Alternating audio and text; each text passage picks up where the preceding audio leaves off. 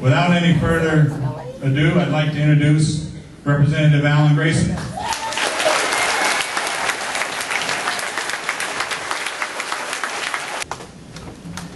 Greetings, angry demonstrators. Let us turn to the south and genuflect toward Rush Limbaugh's $27 million mansion. Now let me lead you in the Pledge of Allegiance of the Tea Party. I pledge allegiance to the rich. That's it.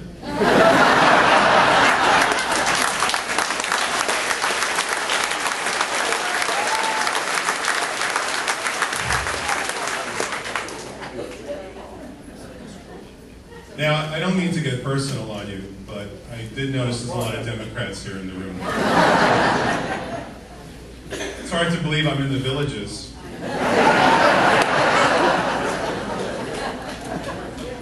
You must think I'm some kind of warm-up act for Sarah Palin.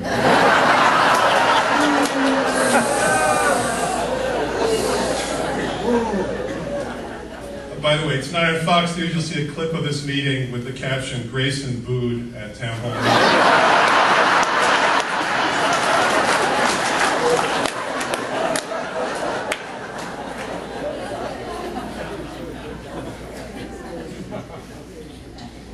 I'd like to say a few words about what it means to be a Democrat. And I know it's particularly difficult here in the Villages. I drove through Leesburg on the way here, certainly the pickup truck capital of the Western world.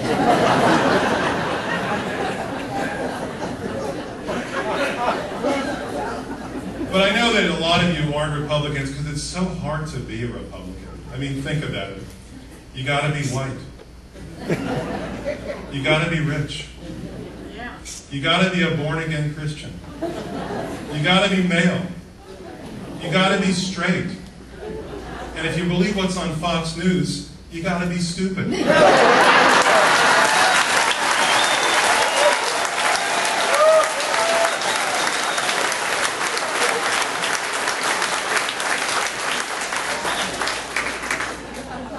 On my best day, I'm only 5 out of 6.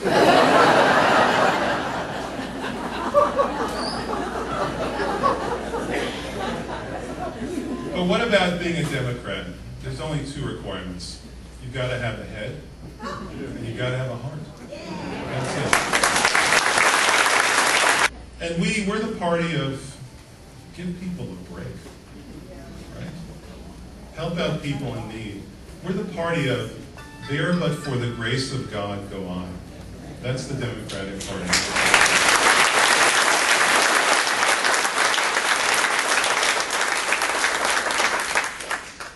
If one person is unemployed, that's a personal tragedy.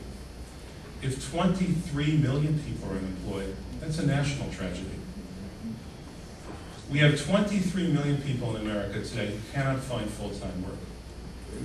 We have 47 million people in America today who depend upon the government to eat, to have something to eat. We have 50 million people in America today who can't see a doctor when they're sick. And we have 15 million American families who live in a home where the mortgage is more than the value of their home. My family is one of them. Our down payment is gone. A long time ago. So for Americans like that, you can't say to all of them, all 50 million or all 47 million, solve your own problems. The problems are just too big. And we as Democrats, we recognize that. We understand that the system does, from time to time, create the problems itself. It's not your fault if you can't see a doctor when you're sick. It's not your fault that you're sick. It's not your fault if you can't find a job after 99 weeks of unemployment when nobody's willing to hire anybody over the age of 40, let's face it. And it's not your fault if you move into a home, put down your $100,000 down payment, and then see that evaporate and more over the course of the next 3 or 4 years. You didn't do anything wrong. Something did something wrong to you. Now, what's the reaction to this? Well, we come up with programs to hire people. We come up with programs so that people can see a doctor when they're sick. We come up with programs to prevent or forestall foreclosures. And the other side consistently tears them down, tears them down, tears them down. You know, some people seem to think that being part of the Democratic Party is like joining some kind of club, like the Lions Club or the Rotary Club. It's a lot more serious than that. Because the other side treats it like it's joining some kind of gang, like the Crips or the Blood. And they maraud around town taking your Social Security, taking your Medicare, taking your benefits, taking your unemployment, taking anything that they can get their hands on and privatizing it. So it's incumbent upon us to defend what we have, because a middle-class life in America means owning a home, it means having a job, it means having health care, it means having some kind of pension or 401k or IRA or something or other to take care of you when you get old. And it means having all of that and not worrying about it, what Roosevelt called freedom from fear. Now you'll see the other side natter about freedom all the time. You know, it was Anatole France who said that the law in its majesty forbids both the rich and the poor from sleeping under the bridge. That kind of freedom doesn't do anybody any good. The freedom to sleep under a bridge is not what people are looking for in 21st century America any longer. So what the other side has done is take advantage of these problems which they, for the most part, created. They won't admit that, but they created them. And it's not that surprising, really, because you'll always hear them say that they're against the government. They're against the government. They wanted to take the government apart, reduce it, make it smaller. You know, the reason why they hate government so much is because they're so bad at it.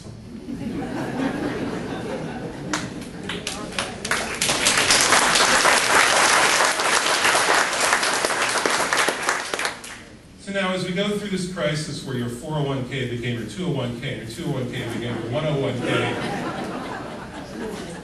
this economic crisis brought on by the obvious lack of demand in this country, the fact that corporations, the S&P 500 alone, have $1 trillion of cash sitting in the bank, and no matter how much we bribe them with tax breaks, no matter how much we bribe them with giveaways, they still won't spend the money to hire Americans.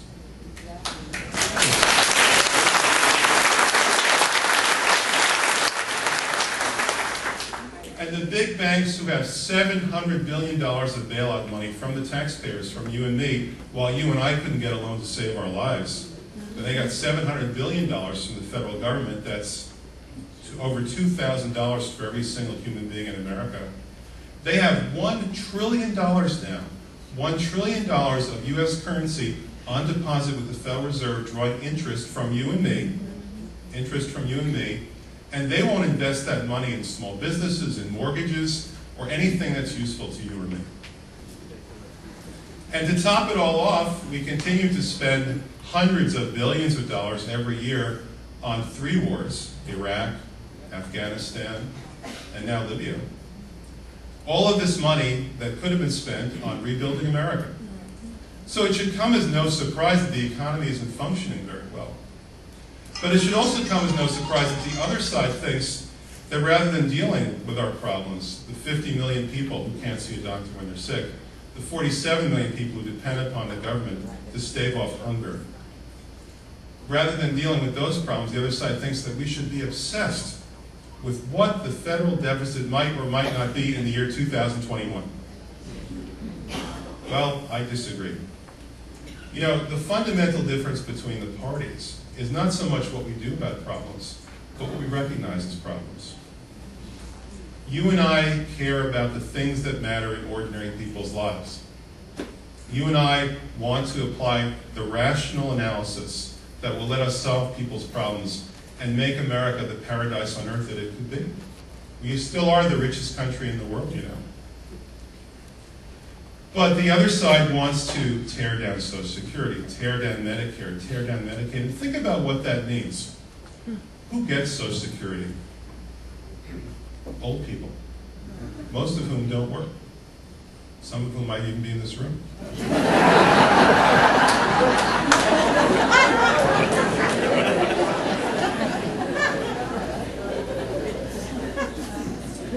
And the other side says to you, we want you to work until you die. Because if you're not working, then you're not part of the economy. And if you're not part of the economy, we don't care about you. Now, who gets Medicare? People who are old and sick. And Republicans too. For now. And who gets Medicaid? People who are poor and sick. Are these the people who we want to punish because the economy is not functioning as well as it should? The people who are most in need? When the rich continue to get their tax breaks year after year after year in the vain hope that maybe they'll spread some of it around. Do we really want an American future where the only jobs available in manufacturing are yacht building? And the only jobs available in personal services are butlers? I mean, that's not the America that I want my 5 children to grow up in. We have to think long and hard about what we are going to do with the tremendous capabilities that we have as a country. Our national net worth is $50 trillion. If you do the math, you'll see that that works out to an almost unbelievable $170,000 for every single human being in America, which probably makes you wonder as you sit here, where's my $170,000? What happened to that? We spent $4 trillion of it on the war in Iraq, searching for weapons of mass destruction that weren't there. But we still have $50 trillion left. It's clear to me that we are the hardest working, most productive people in the entire world. And I can tell you that from experience. I've been to over 180 countries all around the world. So I know that we work harder than virtually anybody else in the world. We are, in fact, the only advanced country that does not guarantee people a vacation.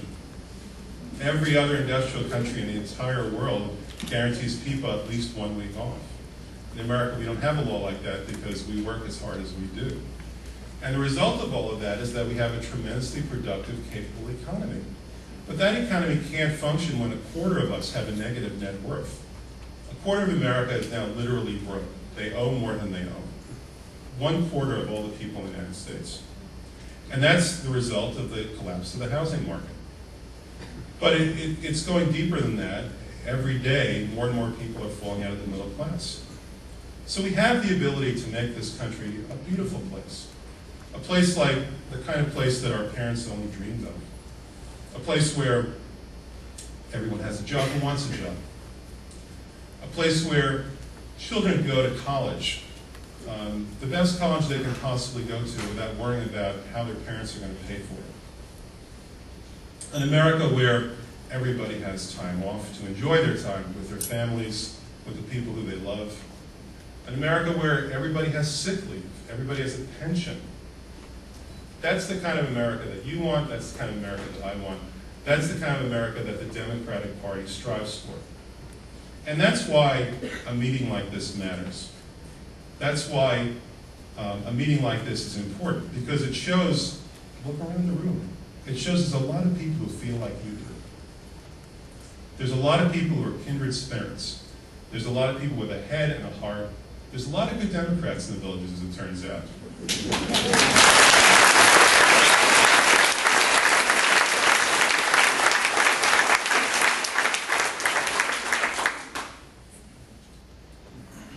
What it means to be a Democrat is this.